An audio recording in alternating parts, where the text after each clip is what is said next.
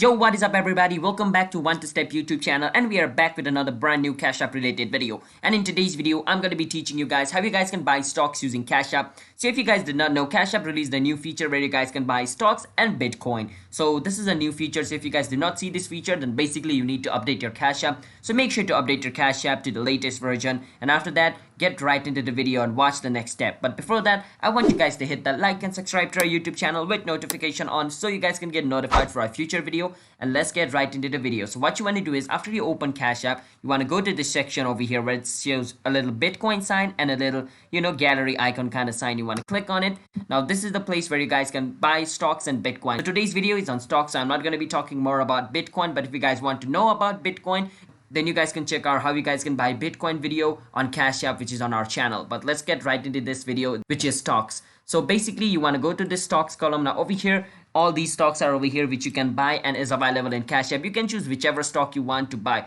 But if you don't see the stock which you want to buy over here, you can click on discover a stock and search the stock from over all these categories over here or type its name. Like let's say McDonald's. You guys can see McDonald's over here. I write MC and it shows McDonald's, and I can click on the stock and it's going to show me the current price of stock over here and all the charts of how the stock is going. And if I want to buy it, I can click on buy. Once I click on buy, it's going to show me like how much I want to buy. I can even enter a custom amount by clicking over here. Let's say $25 worth of stock. I'm going to click on next after that. And then it's going to ask me to enter my phone number. And after entering my phone number, it's going to ask me if I'm sure I want to buy the, stock. And it's going to, cut the amount of money which is stored in my Cash App to buy that stock. So yeah, that's basically how this works. So hope you guys found our video helpful. And if you guys did, then be sure to hit that like and subscribe to our YouTube channel with notification on so you guys can get notified for our future video.